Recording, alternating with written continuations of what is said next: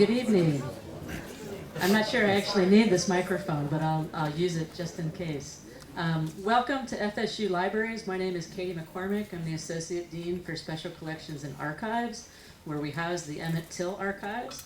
And I'd like to welcome all of you to this talk tonight, remembering Emmett Till with Dr. Dave Tell. We're delighted that Dave is here visiting with us, as we are delighted that hiding in the corner, Patrick Weems, the director of the Emmett Till Interpretive Center in Mississippi, is also visiting with us today. And we're looking forward to hearing from Dave.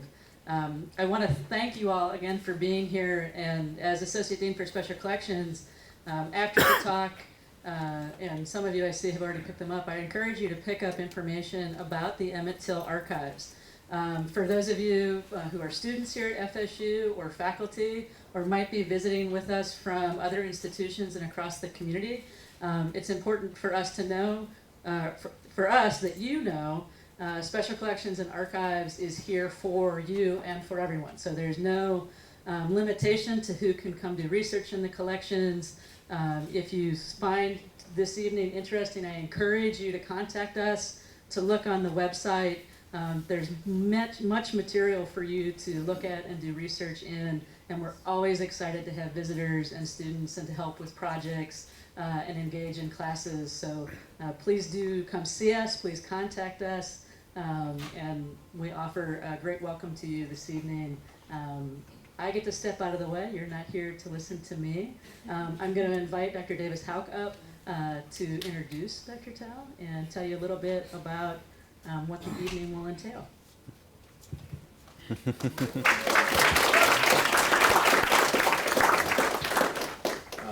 First of all, Dave's going to hate me if I don't say everybody needs to buy at least a couple books for you and your friends, because we got a whole bunch of them over here today. Thanks for coming out. When Katie asked me to do this, invited me, I was tickled. Dave and I have been buddies for quite a while, and I thought about doing the kind of the standard thing, which is to introduce Dave's credentials. And Dave's got a long sheet of them. He won't tell you this, but I will. He is absolutely one of our stars in rhetorical studies.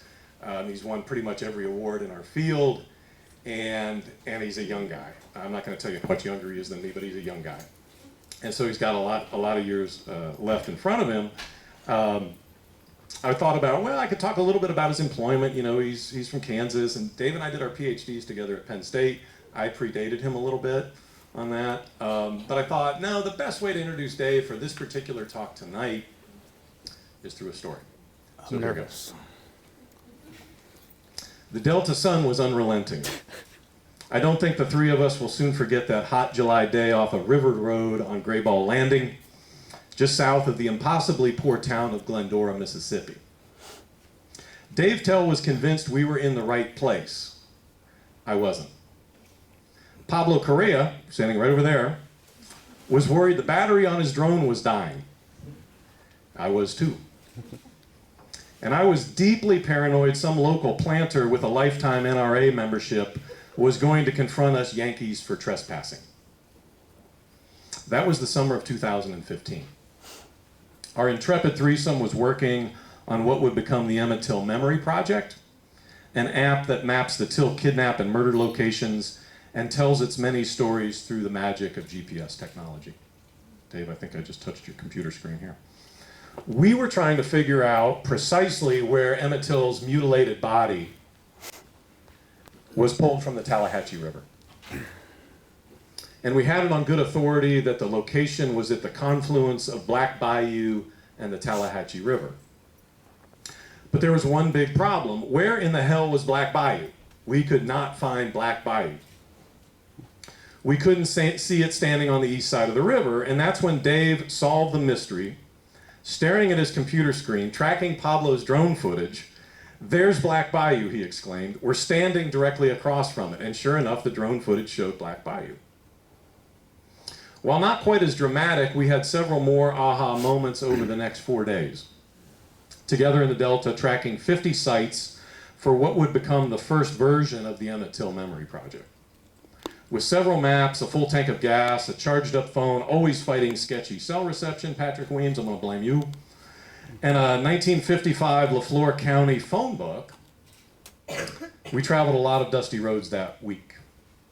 Now, Dave has spent the intervening 4 years continuing to map the Delta landscape and telling its many memory stories.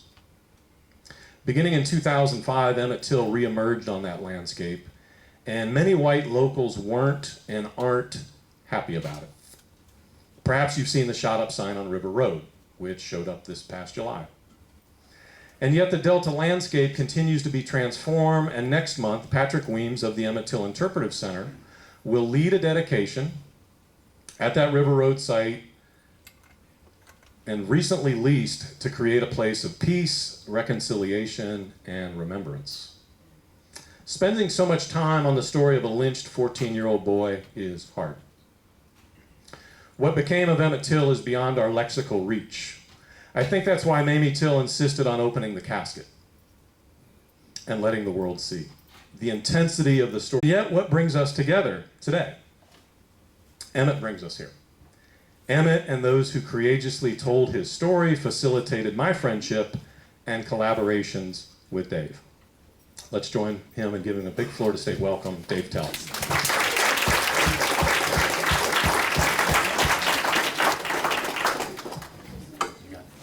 I got the mic. Okay. Come here. Enjoy. Thanks. Yeah.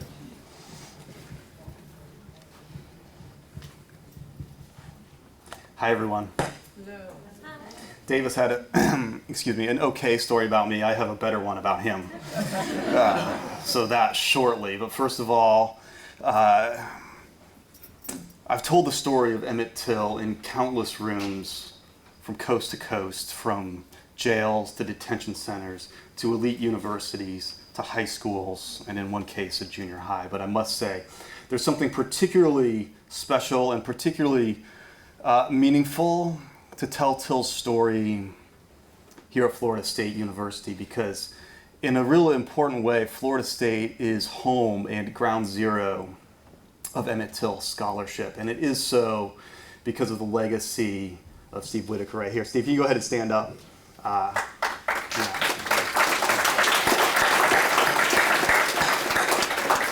In 1963, Steve published a master's thesis written here at Florida State on the Till murder, and that document, two things about it. It's virtually a primary text for scholars of Emmett Till, and without it, the stories you'll hear tonight would never have been possible. So big thanks to Steve. Big thanks also to Katie and to Rory, who put together the Emmett Till Archive. It's so fitting that the Emmett Till Archive is at Florida State. It's continuing the legacy that Steve started so many years ago. Pablo Coria, will you stand up, Pablo?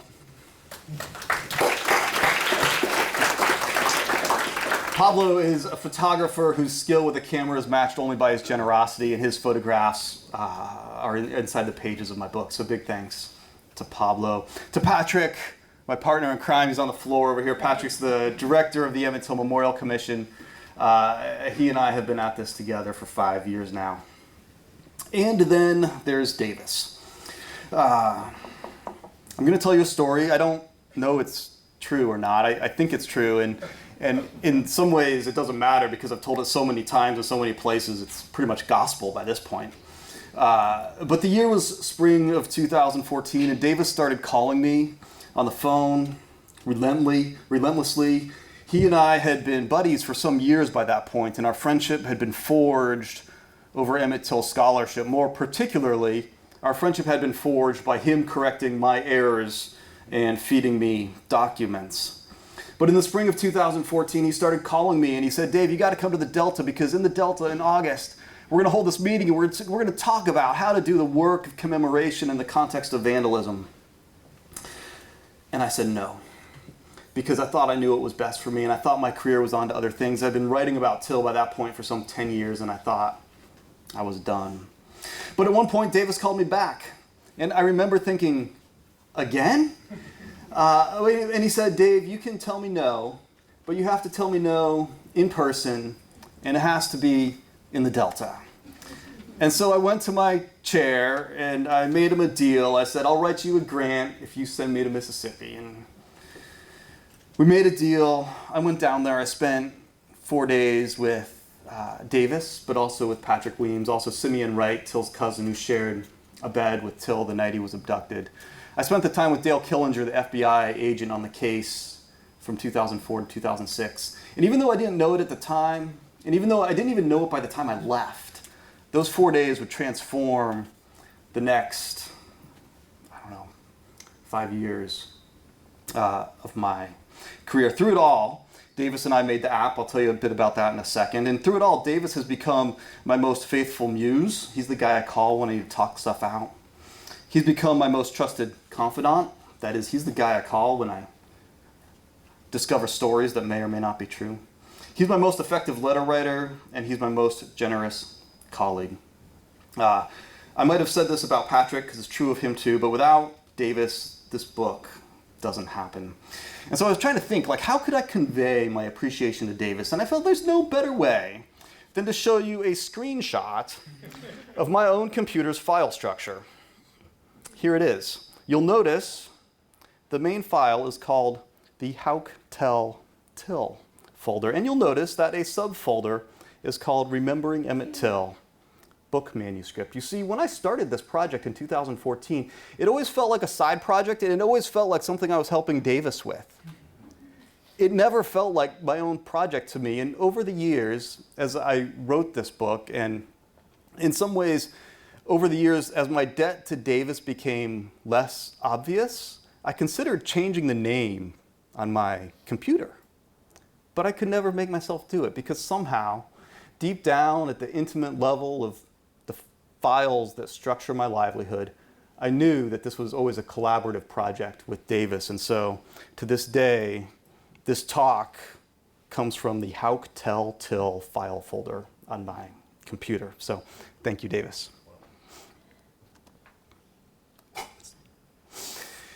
In 1955, and I know many of you know this, Emmett Till was a 14-year-old African-American boy from Chicago. In August of that year, while visiting his cousins in the Mississippi Delta, he whistled at Carolyn Bryant, the 21-year-old shopkeeper at Bryants Grocery. That's a small grocery store in the heart of the Mississippi Delta. And no matter how innocent a whistle might seem to us now in the context of 1950s Jim Crow, it was a violation of social norms.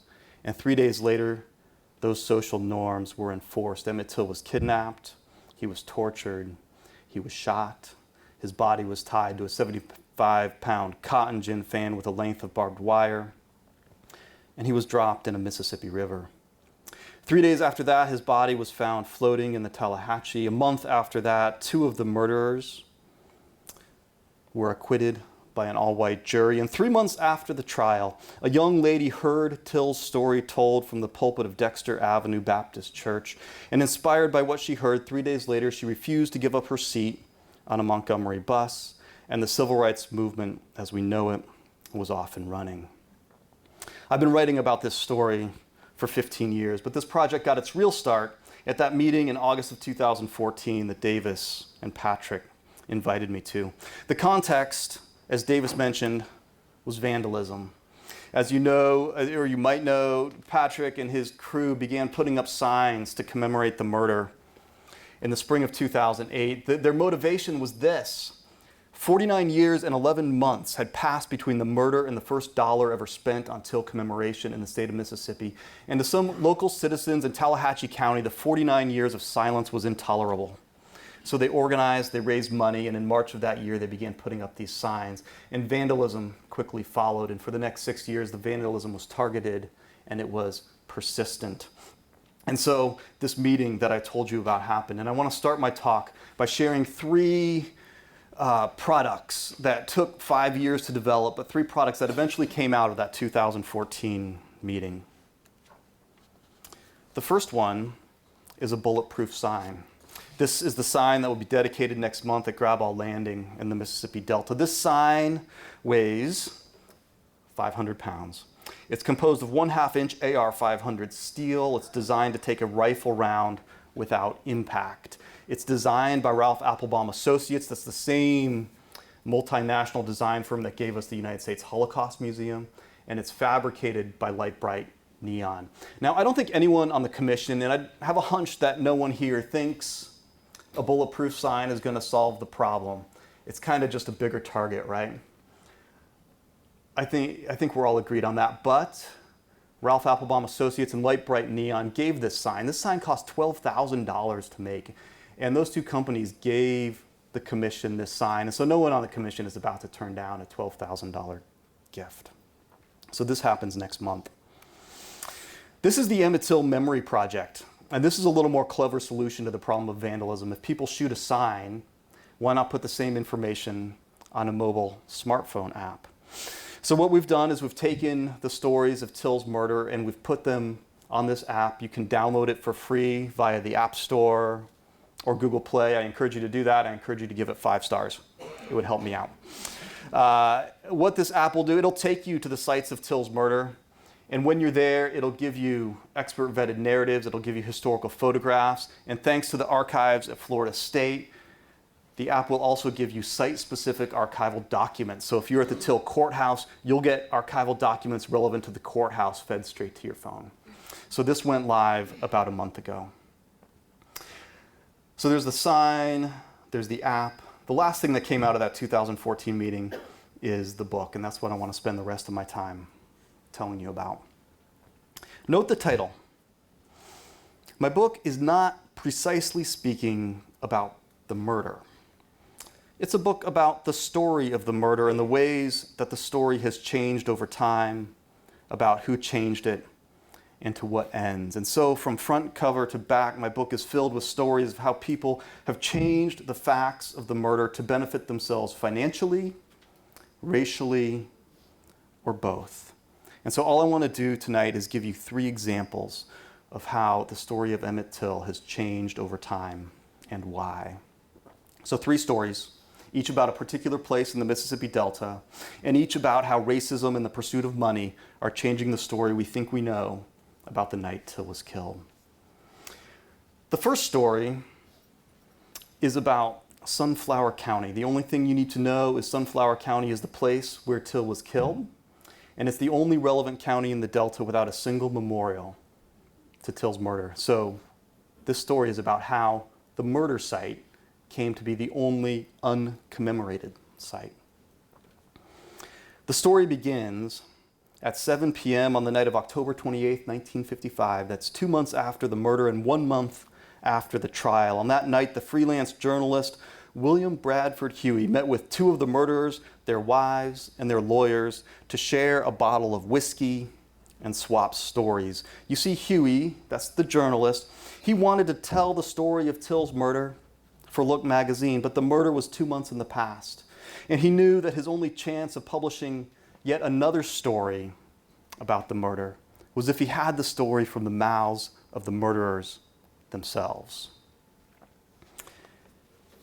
And so he paid them. He paid murderers J.W. Milam and Roy Bryant $3,150, and he paid their lawyers $1,269. In exchange, they signed consent and release forms that look like this.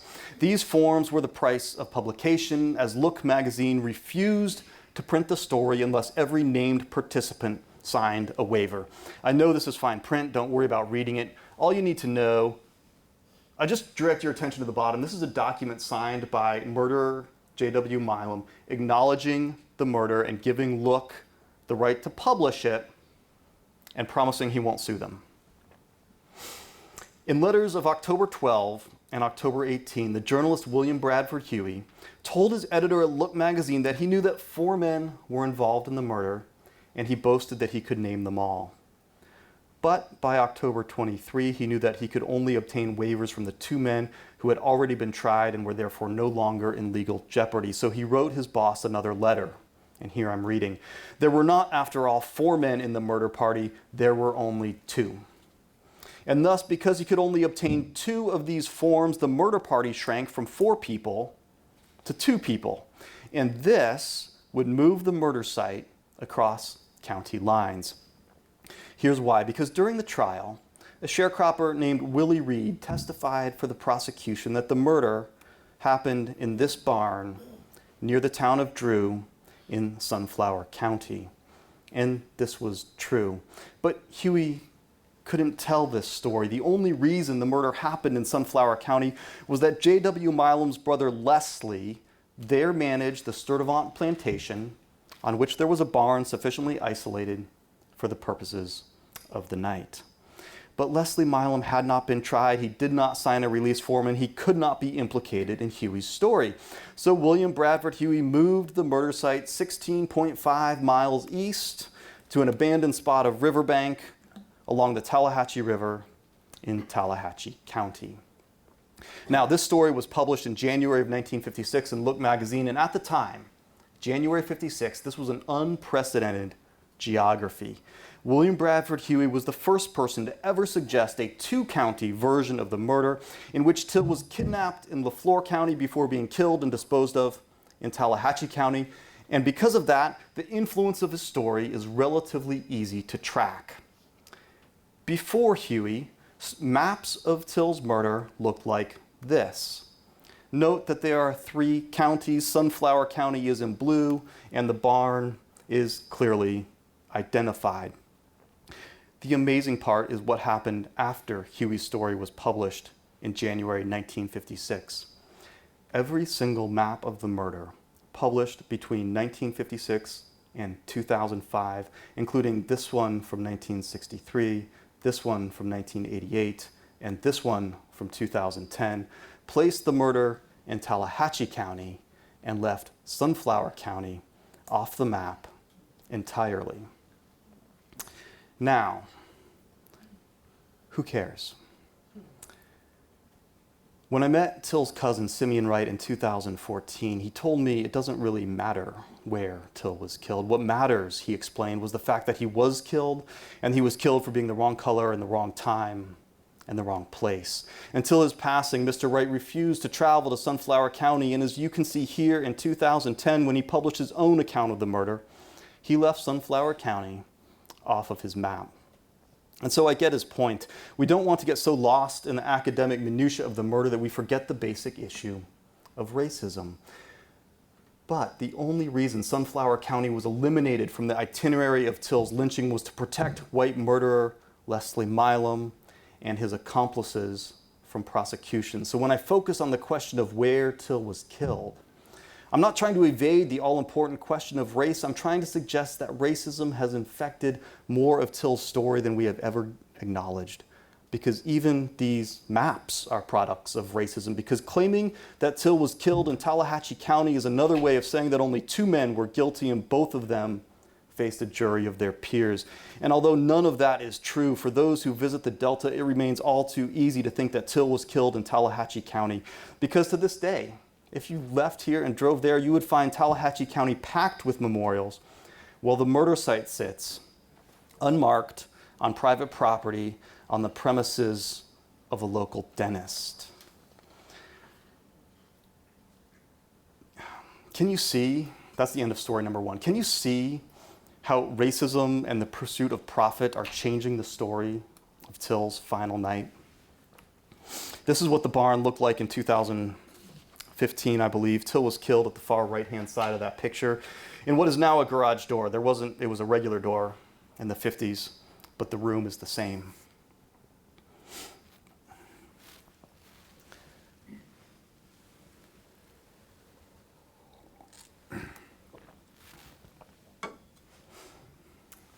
Okay, this is story number 2. And this is Bryants Grocery and Meat Market, the site where Emmett Till whistled at Carolyn Bryant. The iconic front porch collapsed in the 1990s. The interior floors were gone by the turn of the century. And Hurricane Katrina claimed a roof and a story-sized portion of the grocery's north wall. So let me just show you some pictures here. Walk you through the progressive degeneration of Bryant's Grocery. That's the late 1980s, 90s. Watch this next one. That's post-Katrina. That is summer 2017.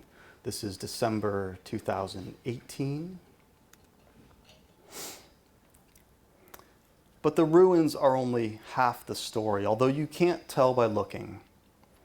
In 2011, the town of Money was the beneficiary of a $206,000 Mississippi Civil Rights Historical Sites grant. But the grant went not to Bryant's Grocery and Meat Market, the only site in town with civil rights history. Rather, it went to Ben Roys service station, a long shuttered house and canopy style Gulf station that sits precisely 67 feet south of the crumbling grocery. Because Bryant's was crumbling, and because Ben Roys had a covered portico, the grant application reasoned, the gas station had become a default lecture site from which tourists could gaze at the grocery and learn their civil rights history. The application put its case for civil rights dollars like this, and here I'm reading from the application. Quote, "It is very likely that the events that transpired at Bryants Grocery were discussed underneath the front canopy of the adjacent service station." End quote. And thus did the Mississippi Department of Archives and History give $200,000 earmarked for civil rights to the restoration of Ben Roys.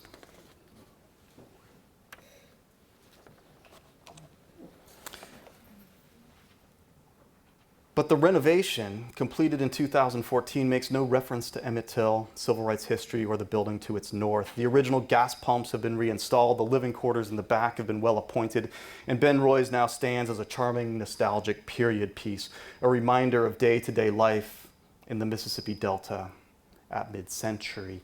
But these were civil rights dollars. This grant was funded by the memory of Till's murder, and if Till had not been killed, this gas station would still be a ruin. Making matters even more complex, Ben Roys service station and Bryant's Grocery are both owned by the same family, the Tribbles. And this raises an interesting question. Why was a Mississippi Civil Rights Historical Sites grant invested in a period piece with no civil rights history rather than a civil rights historical site, especially when such a site is next door, owned by the grantees? There are three answers to this question, and I suspect all of them contain a measure of truth. First, there's the issue of finances. The MDAH claims that the total renovation of Ben Roys cost less than it would have cost simply to stabilize Bryant's Grocery. And so maybe Ben Roys was just a better deal. Second, and this is where it gets sticky, the grantees, Annette Morgan and Harry Tribble, are the children of Ray Tribble, an unrepentant juror from the Emmett Till trial. After the trial, the elder Tribble became a massively successful farmer, bought everything in the town of money except the Baptist church, and was an active member in the local Democratic Party. Until his dying day, he never lost his conviction that the murderers were innocent and the body planted by the NAACP. His children, the current owners of Bryant's Grocery, seem unwilling to allow the crumbling grocery store to be turned into a monument to their father's complicity in allowing Milam and Bryant to walk free. At least not for anything less than $4 million, but that's a story for later. Third, and this is what I want to focus on, there's the issue of nostalgia. The restoration of Ben Roys whitewashed the Delta's racial history by recalling a nostalgic but fictional account of days gone by. And here's how they did it. A restored Ben Roys, the family wrote, and here I'm reading from the application, will allow visitors to step back in time to the summer of 1955 into rural Money, Mississippi. At that time, Ben Roys was not simply a service station, it was also a front stoop for the community, a place where locals went for refreshments and conversation. Markers of racial hierarchy would not be totally absent from the restoration. On the north side of the building, the family promised that the restrooms would once again be marked colored and white as they were during segregation. The restored building was to become something of a visitor center or a cultural center, those are the phrases they used, from which tourists could learn the history of segregation. But the application makes segregation itself seem rather charming. A jukebox once stood on the front porch, it read, and on weekend nights, blacks and whites alike gathered to shed their work week blues and enjoy the jukebox at Ben Roys. My fear is that Ben Roys took civil rights money and invested it in a period piece designed to evoke nostalgia for racially promiscuous front stoop Saturday nights that never happened. Here, it's important to remember that the very first businesses in the Delta to be boycotted during the civil rights movement were white-owned service stations as early as 1951. Before lunch counters, bus stations, or swimming pools became a thing, gas stations were the first lightning rods of black inequality, and it is difficult for me to imagine that a front porch jukebox could overcome the racial charge attached to them. So don't be fooled by the nostalgia of Ben Roys. I don't know if it ever actually attracted integrated socializers, but I do know that the Jim Crow signage that once marked the bathrooms was never restored. In all honesty, this is probably a wise choice, but without these signs, the service station contains not a single gesture to Emmett Till, racial violence, or the civil rights movement. With old-fashioned gas pumps and idyllic living quarters filled with Americana, the restored Ben Roys is wholly given over to the nostalgia of mid-century small-town life. It's a beautiful building, but its beauty was funded by unacknowledged racial violence. And here, I get to read you a sentence that my editors have a habit of cutting. I can't look at Ben Roys without fearing that it might be the perfect model of what red-capped Trump supporters might see when they look backwards to a once great America. They see gas stations and more broadly an entire American infrastructure made possible by economies of race but unmarked by legacies of violence. For leaving the violence unmarked, as Ben Roys does, is the only possible way to hold up mid-century America as a bastion of greatness. And this is the tragic irony of Ben Roys. Its restoration was paid for literally by the memory of Till's murder, but the finished product sanitizes the racial history of the Delta and makes Till's murder seem unlikely. That's story number 2. Can you see how racism and the pursuit of money are changing the story of Till's murder?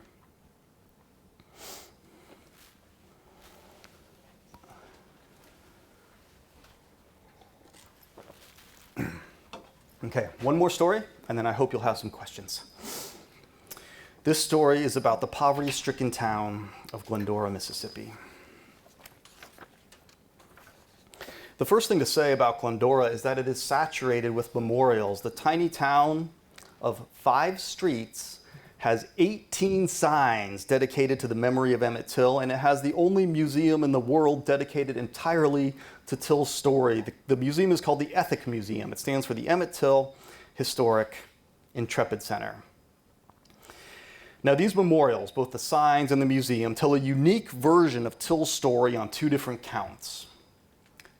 First, while virtually every 20th century history of Till's murder suggests that the murderers dropped the body in the Tallahatchie River, the commemorative work in Glendora suggests that Till's body was dropped into a tributary known as the Black Bayou from a bridge on the south side of Glendora, and that's the bridge you're looking at. According to this account, the bayou then carried Till's body for 3 miles to the Tallahatchie River, where it was recovered.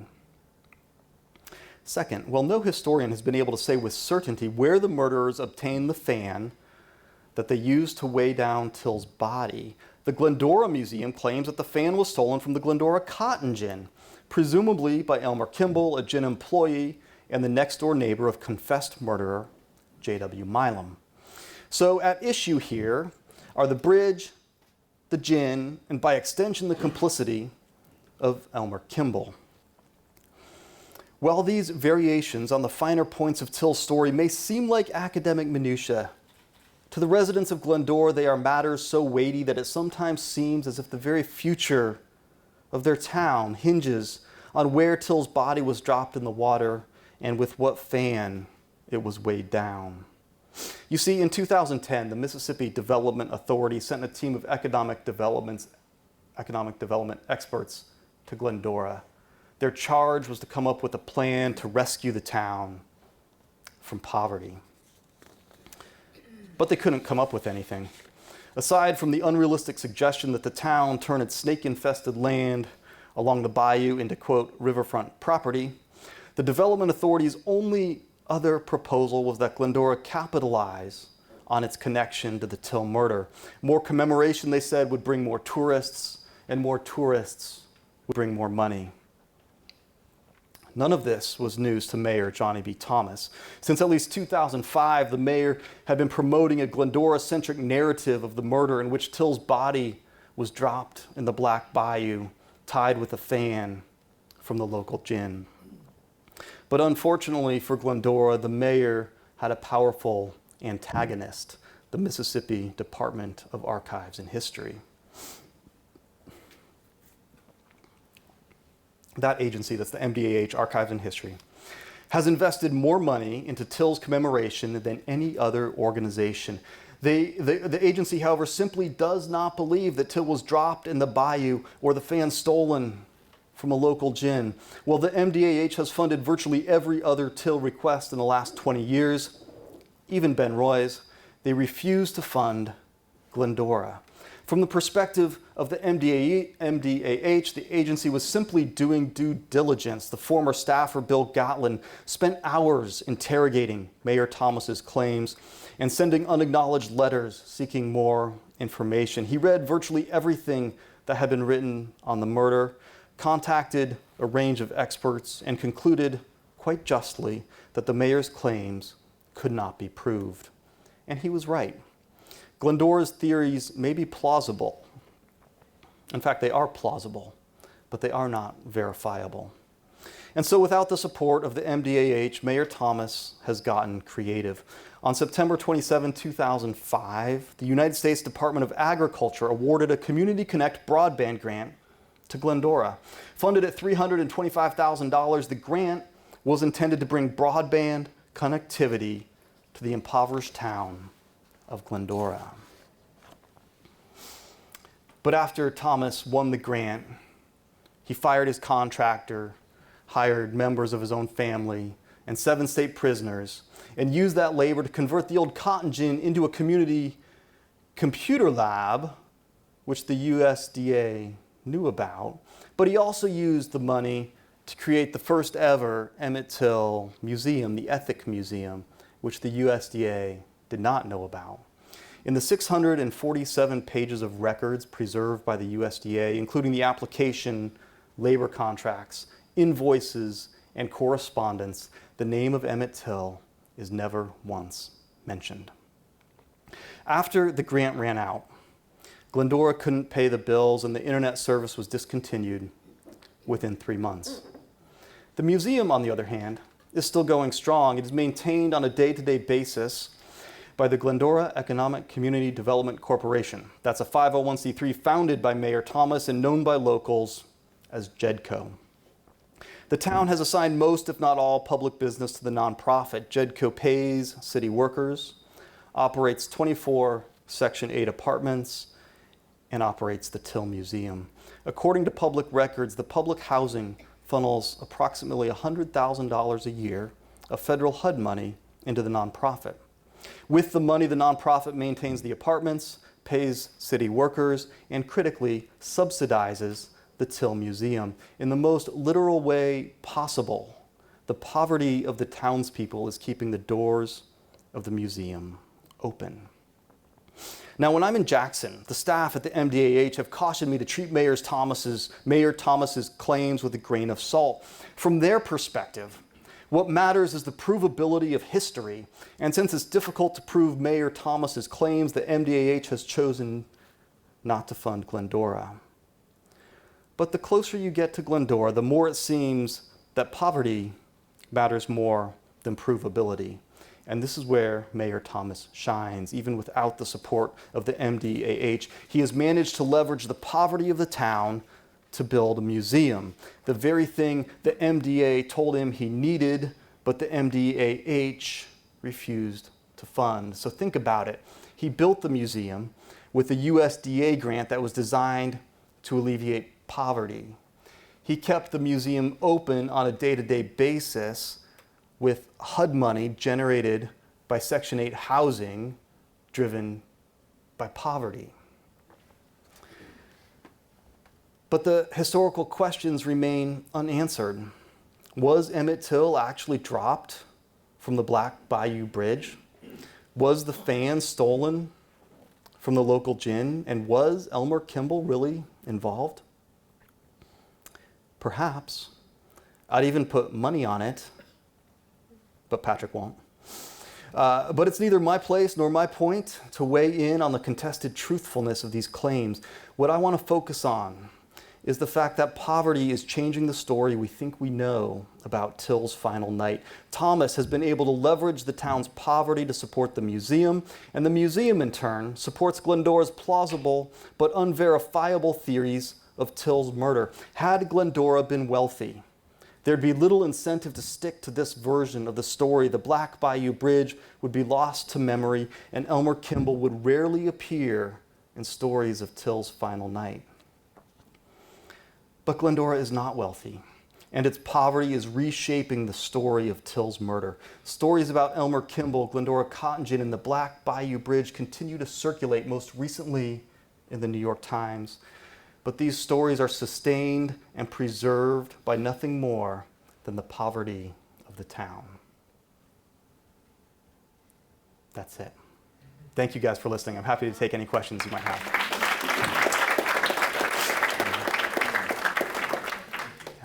The poverty of Glendora, is that specifically an all-black town? 99%. Yeah. And where Ben Roys is, that is not, and never has been. Well, that's true, but there's really not a town of money anymore. It's a wide spot in the road. And to be sure, along that wide spot were two historically white-run businesses, both Bryants Grocery and Ben Roy and his wife were also both white. But it was never a town in the sense that Glendora was a town. Did Carolyn Bryant ever express regret that she reported that Emmett Till whistled at her? This is a complex story. Did you guys hear the question? Did Carolyn Bryant ever express regret about, she basically made up a story according to which Till not only went into the grocery store, bought candy and flirted with her, but according to her story, went into the grocery store, physically accosted her, held her fast and propositioned her with what she called unprintable words. The answer to your question is yes, maybe, maybe not. It's hard to know. In 2008, Carolyn Bryant, you guys might know this story, she had just finished reading a book called Blood Done Sign My Name by the Duke historian Tim Tyson. And she thought to herself, this is a good book. I want to tell this historian my story. And so in the spring of 2008, or January of 2008, I think, Tim Tyson, Duke historian, Carolyn Bryant meet for pie twice. According to Tyson, she tells him that she made up that story. But then Tim Tyson responds by doing nothing for 9 years. He heard that story in 2008. He published his Simon & Schuster blockbuster book in January of 2017, so 9 years passed. And among other things that happened in that 9-year gap was a statute of limitations against Carolyn Bryant's testimony to the FBI in 2006 ran out.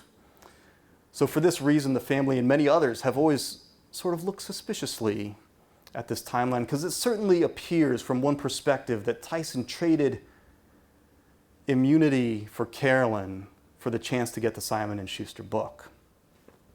Now, the story got a whole lot more complicated this last summer when the investigative reporter Jerry Mitchell reported that, Dave's helped me here, that Carolyn's sister Marcia called up Jerry, the reporter, and said, actually, Carolyn never admitted to any of that stuff. And so Jerry Mitchell did what any good investigative reporter would do. He calls up Tim Tyson and says, can you please just play the tape for me where Carolyn confesses and admits that she made it up? And Tyson says, I didn't have my tape recorder turned on. And like that just sort of is a little bit hard to believe, right? That a Duke trained or a Duke level historian would be with Carolyn Bryant, would hear her renounce one of the turning points of 20th century American history and not think to turn his tape recorder on or have her say it again. And so I don't know, and I don't know that anyone knows how this story is going to end. But the answer to your question is maybe. Maybe she expressed regret, maybe she didn't. I don't know. What was your biggest challenge in researching this book? I was white. I was from Kansas. I was an outsider coming in. I was trying to tell stories that had never been told before. And for those stories, I was often dependent on people who had no reason to trust me.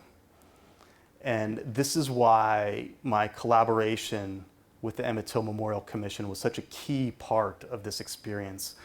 If I was just coming in trying to dig up these stories, I would never have learned these stories. But because I was working with the Emmett Till Memorial Commission, I had a natural into the community. I was helping the community. I was writing grants for them that were getting funded. And so from the commission's perspective, it was a really two-way street where I was helping them fund their operation, and they were helping me by setting up appointments and introducing me to people. And honestly, the stories I tell, I think you could probably tell this, they're not really driven by interviews or oral histories.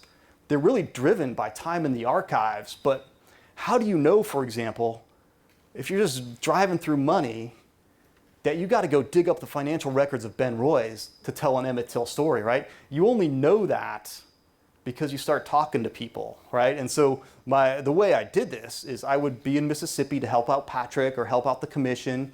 And then as I was down there writing grants for them, I would begin to hear whispers about these stories like, have you heard who funded Ben Roys? And I'm like, note to self. And so one of the first things I did when I got to Jackson was I pulled the grant records of Ben Roys service station and uncovered that story. Likewise, when you look at that museum, you would never know its history that it was funded by, of all things, a USDA grant, unless you start talking to people. So the stories I tell, if you just read my book, you're gonna find not many interviews, not much oral histories. You'll find, so for the Glendora stories, I just had to submit FOIA requests to the USDA and a few other organizations. That's how I ended up telling those stories. But I never would have known to submit a FOIA request to the Department of Agriculture unless I was down there in Mississippi doing work, talking to people. So that's kind of how it worked. Anything else?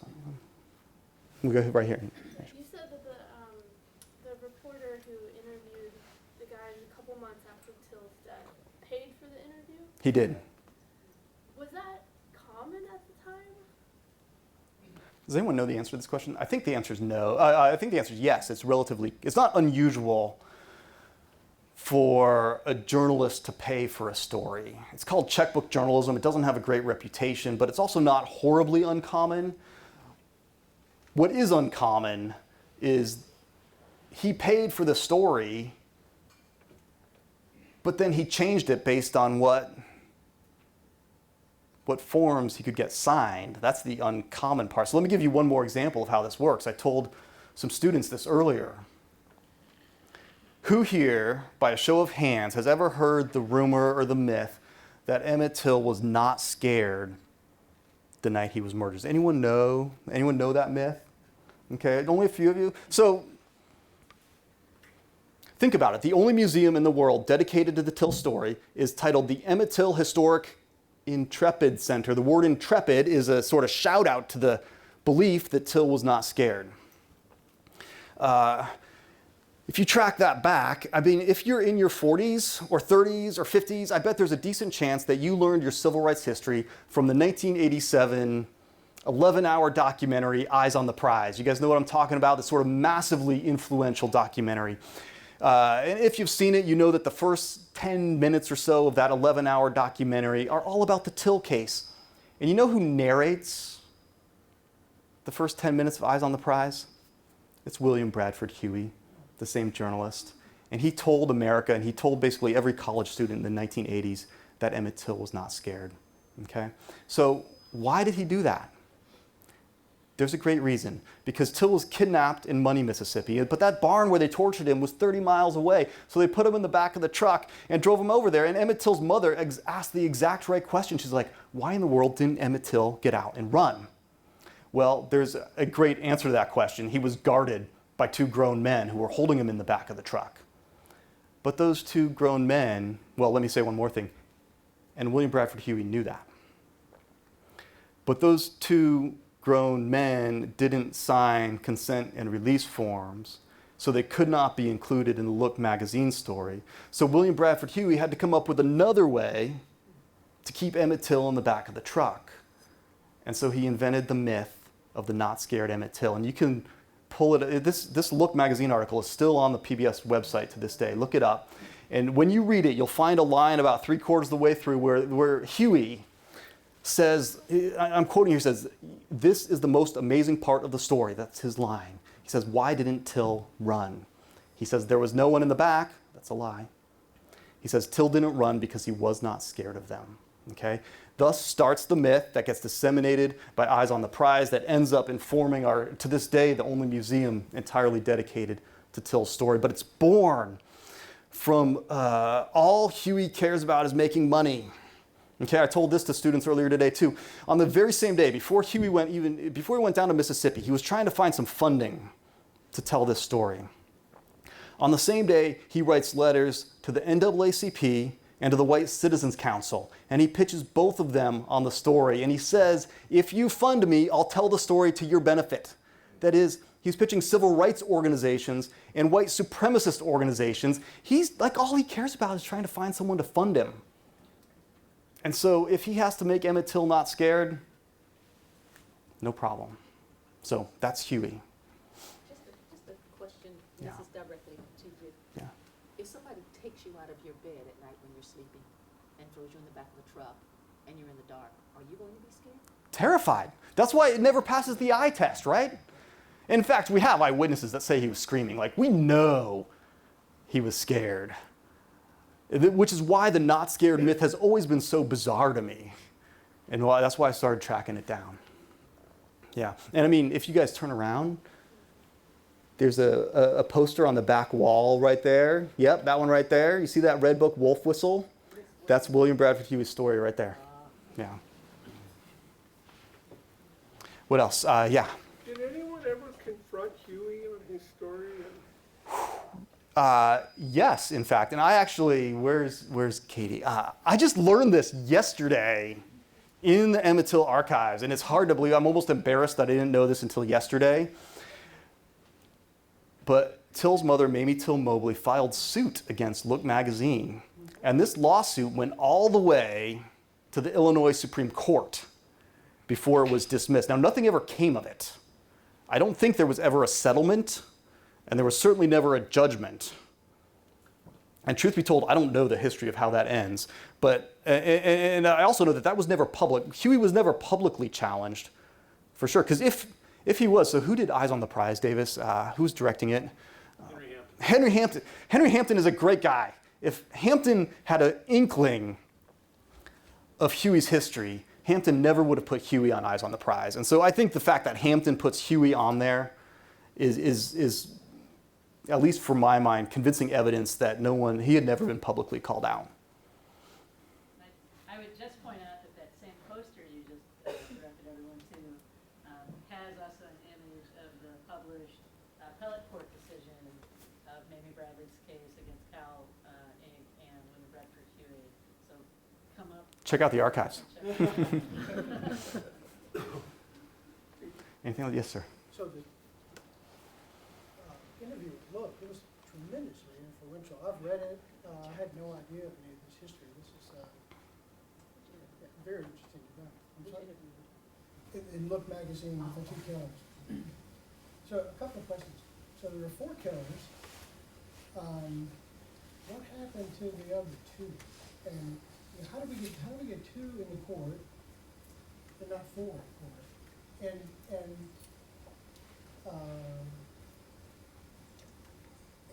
how much cover did the Look magazine article provide for these 2 missing individuals? The last part is easiest. I mean, it provided a ton of cover. The Look magazine piece really defined the story for 49 years. It comes out in '56. It's not challenged really until 2004, 2005 when the FBI starts to reopen it.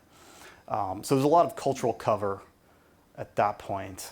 So the eyewitnesses that placed Till's murder in Sunflower County report, and Davis helped me out here, but they report that there were 4 white men in the truck as well as 2 African Americans in the back holding him there, plus Leslie Milam, who was already there because it was his barn. So the 2 other white men would have been Elmer Kimball and Davis. Who else? Roy Bryant's brother-in-law, whose name I'm forgetting right now. Yeah, I'm not good on this. Anyways, I don't know why. I don't know if Davis, you know this. I don't know why.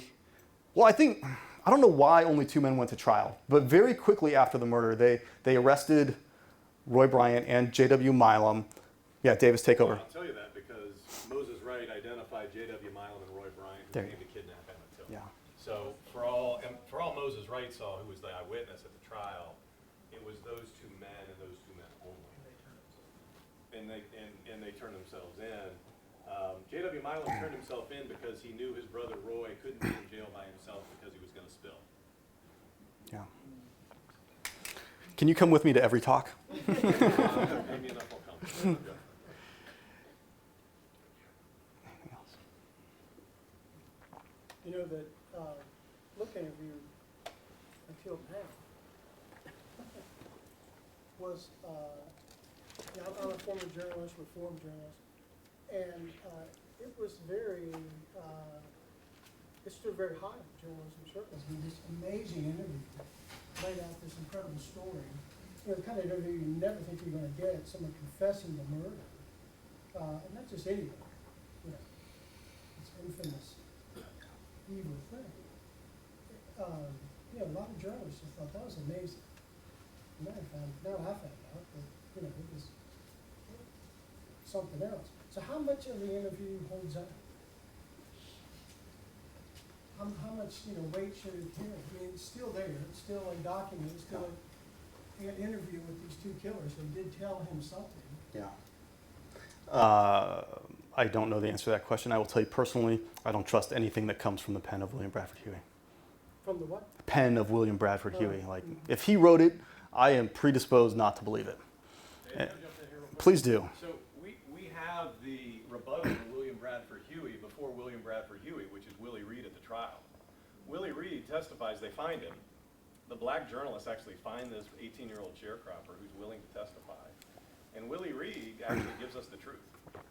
He's the one who had the story. He was the eyewitness. He was the 18-year-old kid. Yeah. And Drew, who saw the pickup truck go by, and he very courageously testified. And as soon as he testified, he was up to Chicago and changed his name and had a mental breakdown. And so you'll see him in a couple of documentaries. You'll see him in Keith Beauchamp's documentary. You'll see him in Stanley Nelson's documentary. He had William Bradford Huie before anybody because he told the true story. Huie ignored it. But if you look at the trial transcript, Steve Whitaker, if you look at the trial transcript, he lays out the story for you. Yeah. And so Huie just pretended that Willie Reed never existed, never testified. I mean, one of the most telling things about the Look story is how many people don't appear in it, right? There's no Willie Reed, there's no Leslie Milam, there's no, somewhere in my book, I make a list of 8 characters who between the murder in August and publication in January, virtually every article on Emmett Till talked about this list of 8 characters, but they were all eliminated by William Bradford Huie in the interest of having a story that Look would touch. Yeah. In the summer of '61, I interviewed Huie for 8 hours, I guess. And I said, is everything that you wrote true? He said, well, there's one thing I'm not completely sure of. There might have been 2 other people involved. He, at one point, was sure of that. At least he told his editor at Look that there were 4 men in the murder party, which honestly, when he wrote that letter in October of 1955, that was like fairly commonplace. That was not at all, like, it was widely rumored that more men were involved in the murder that had been tried. The only unique thing about Huie's claim in October of 55 was his boast that he could name them all, because no one had been able to actually name them. But then, of course, a week goes by, he only gets 2, and then he writes back and says, actually, there's only 2 people. So I think, Steve, that's fascinating that he sort of maybe gave a little bit when you asked him that.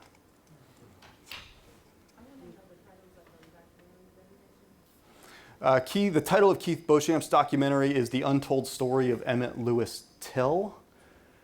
And the name of Stanley Nelson's documentary is The Murder of Emmett Till. Thank you. Yeah, so Beauchamp is, and these are both available on YouTube, I'm pretty sure. Beauchamp is The Untold Story of Emmett Lewis Till. Nelson is the murder of Emmett Till. They both come out like 03, 04, 05. It's the same sort of massive revisionist moment where the cachet of Huie's story starts to fail for the first time. There was, I think, I remember, somebody talking about having looked through that door at that gas station and actually seen Till being tortured. Who was that? Do you know this Yes. story, Davis? I don't know this story. It wouldn't surprise me if that's true, but I don't know that story. I read it somewhere. It's been years ago. Yeah. But someone who actually said they looked into, you know, through the cracks or something, and it was because they heard the screams or something going on. I don't remember the specifics, but I remember that was the first time I had ever heard anything about a barn. That's interesting. Willie Reed, correct me if I'm wrong here, guys, but I'm pretty sure Willie Reed acknowledged in court that he never saw anything. It was always hearing the screams and hearing the beating. And then he saw J.W. Wong came out, and he saw him come out, but he saw him go back in, and then we would hear the screams. I don't remember anything about any line of sight, but this is one, honestly, the Till story repays endless investigation because you're constantly turning up new stories, and some of them turn out to have fascinating histories. On that note, first of all, thank you. On that note, though, what's your next book? This book is called Remembering Emmett Till. My next book is going to be called Forgetting Emmett Till. It's going to be about the 3 decades from 1970 to the year 2000, in which not a single dollar was spent on Till's murder in the state of Mississippi. And the suggestion is that's not accidental. The suggestion is we can't blame the frailty of human memory or the ravages of time, but that every last reminder that would have supported the circulation of Emmett Till storytelling was systematically erased between 1973 and 1990. I don't know if I can sell it yet, but I got some good stories. Yeah, and that was one of my follow-up questions is, the vandalism that was, obvious while we were exploring this. Was any of that followed up on by local police? I don't see why it would be, but, to, any individuals or if there are white supremacist groups in that city or town? Hey, Patrick, can you speak to this? Was any of the vandalism ever followed up on officially? Yeah, so we always would report it to the local sheriff, but never would get really any clear answers. And then our local sheriff was arrested recently for selling drugs, so this is too far off. So the most recent case, we assume the Department of Justice is looking into it as a hate crime, and that's we haven't been contacted by them. But we are hoping. We still have the sign. We're willing to donate it to them. We've put cameras up out there before, but have not ever been able to find something. So this new marker that we'll put up will have even more cameras because we expect someone will come out there and try to vandalize it again. There, Rosewood, here in Florida. When I worked for a particular agency and handled African American sites, that was one of the places I visited, and that marker that stands just at the beginning of where Rosewood would have been, it was constantly being shot up, and when I'd asked the little store that was, the people in the little store near it, the answer was always, well, these kids pass by and they use it for target practice. But when I talked to some of the descendants who still lived in Rosewood, their answer was it was a systematic destruction of the sign in hopes that, at some point they would stop putting it back up. I'm sure the Confederate memorials were just fine. So one of the stories I'm going to tell in Forgetting Emmett Till is about how the public space in the Delta was made conspicuously more white in the years that followed the Civil Rights Movement. So take the town of Sumner, for example, where the Till trial happened. During the Till trial, the town of Sumner had a street that was known to locals as Beale Street. It was kind of the black business district, juke joints, black theaters, ethnic grocery stores. And during the trial, it played an incredibly important role because Beale Street provided the only facilities for the African American press corps or the Till family. Beale Street survived until 1984 when it was razed. It was razed with the legal assistance of Harvey Henderson, one of the defense lawyers who defended the murderers. It was razed with the architectural help of an architect named Jack DeSalle. And he's the guy who in the 1970s renovated the courthouse and lost all the Emmett Till evidence. And in place of Beale Street, since 1984, we now have, of all things, a plantation office. And so not only was the black business district razed, it was replaced with a visible symbol of white culture. A few years later, the courthouse, the place where the trial happened. The trial, according to some historians, was the first great media event of the Civil Rights Movement. In 1990, that courthouse became a Mississippi landmark. But it became a landmark only for its unique architecture. The nomination never once mentioned the name of Emmett Till. Do you see what's happening here? The town is being whitened, right? The black business district is being razed. The courthouse is being renovated so it has no reminders of the Emmett Till legacy. And at the same time, it's being given a new history, right? No wonder Emmett Till's story was forgotten for 30 years. And then slowly, in 2008, the commission comes along and starts to put up signs. And among other things, these signs punctuate and begin to tear down the sort of white public space that is the Mississippi Delta, right? And the first thing that happens is these signs are vandalized. So in that long context of a long effort to keep the Delta visibly white, it's really hard not to read the vandalism as sort of efforts to reclaim white space. Right? So that's sort of the longer history. You guys are the first people I've ever told these stories to. So, thank you. So I have a couple questions. Yeah. One being, I guess I really want to understand the rationale behind naming the book Remembering Emmett Till, right? Because you mentioned when you first started that it's not really a history about him, but more so about the racism that existed, which, we know where you're at. And so I'm trying to understand the rationale behind it, because when I read it, or at least when I saw it, I was like, oh, okay, so this is going to tell me more about, like, him. I don't care about the killers, they can all die, whatever, right? But I guess I really want to understand what's your rationale behind naming it that, when it's really not giving me a memory of him, but more so reminding me of the trauma that he went through, the heartache that his mother went through, the disrespect that continues to happen towards black people that were killed during these times. It's still to this day, right? Which is very frustrating, obviously. And so I feel misled by the title of it, which is offensive to me, if I'm being honest. And so I want to understand that piece, but then also, I guess, I'll let you answer that one first, and then I'll get to my second one. Okay, those are great questions. One of my dearest convictions is that the story of Emmett Till cannot be confined to 1955. Most books on Emmett Till end in September of 1955. My book picks up in September of 1955 and takes the story into the 21st century. And so the title is a nod to that, right? It's to this sort of that the book focuses on the ways in which the story has been remembered in the Mississippi Delta. And that distinction between, like that was the first thing I said, I'm not exactly telling the story of the murder, I'm telling kind of the story of the story, how the story has been bent at different times in history.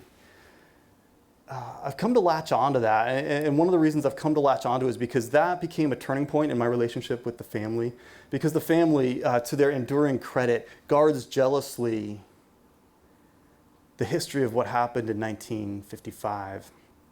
And there was a transforming moment, at least from my perspective, when Wheeler Parker realized that I was not one more historian trying to tell his story, that I was picking up.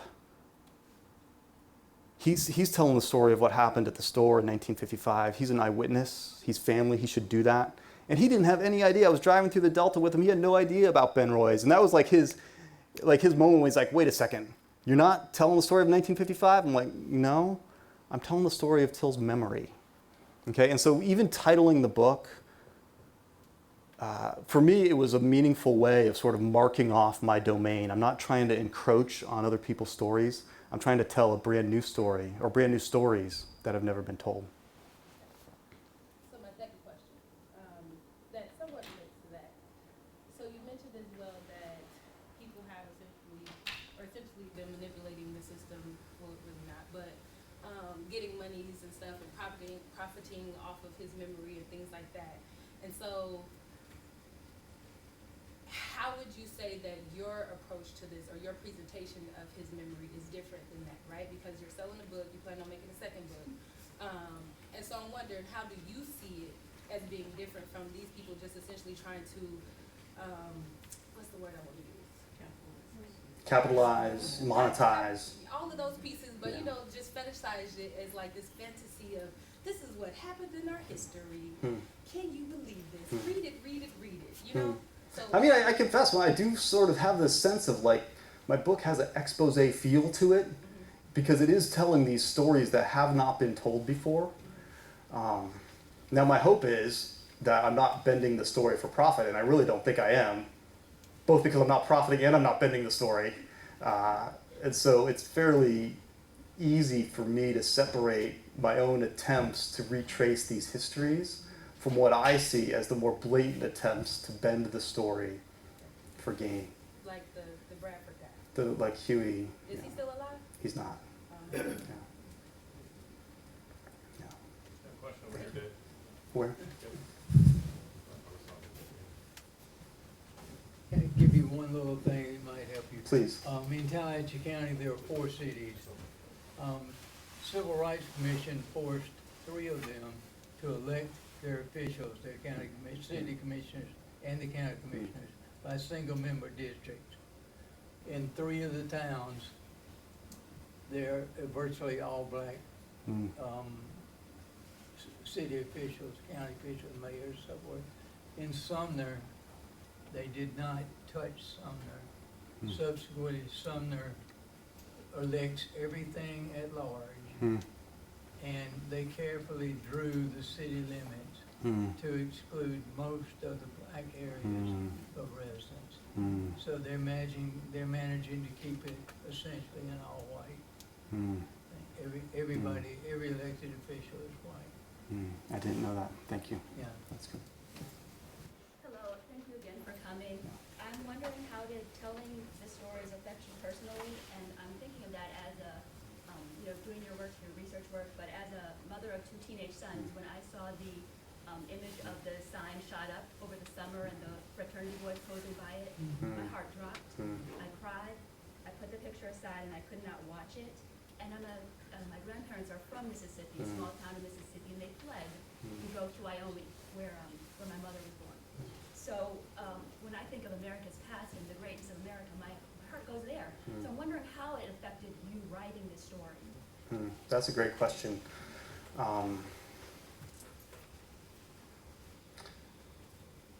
So I learned the history of civil rights movement through Emmett Till. That's sort of the Till story I found at first, and then over the last 15 years of writing about the story, I sort of have learned the history of the Black freedom struggle through that lens. And one of the things I told some of the students earlier today is that memory is not a thing we think about, it's something we think with.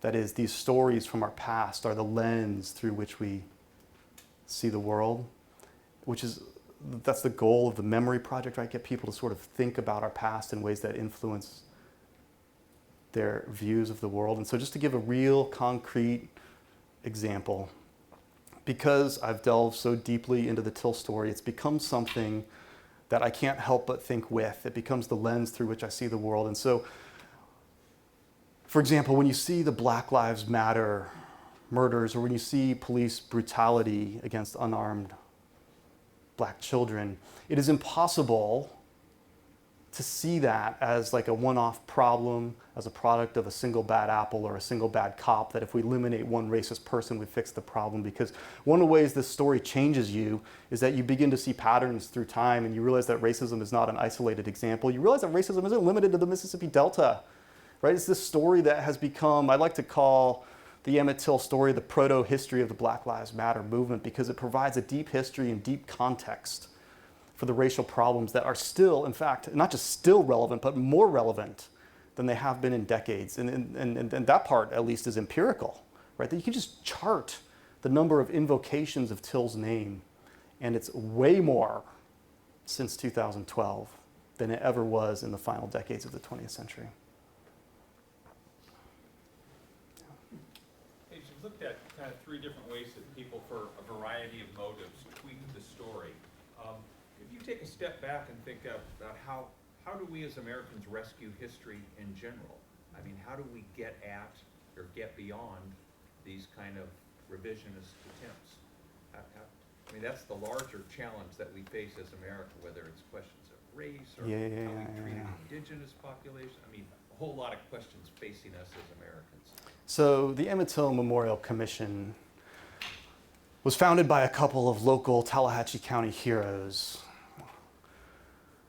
a man named Jerome Little and a woman named Betty Pearson. Betty Pearson was a white woman, a civil rights veteran in her own right.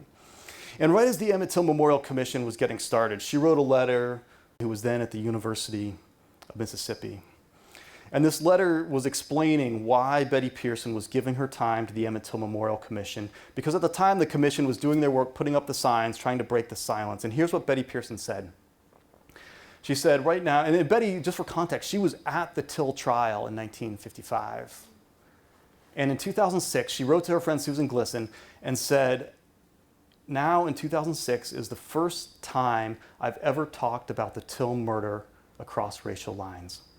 And that always stuck with me as a good reason to do the memory work, to do the work of putting up the signs and telling the stories, because at least in the case of Tallahatchie County, it wasn't until people organized, fundraised, and started putting up signs that people started talking about the murder across racial lines. And so, in answer to your question, I think that's a powerful example, in as much as like one of the ways we rescue history, to use your words, is we tell the stories.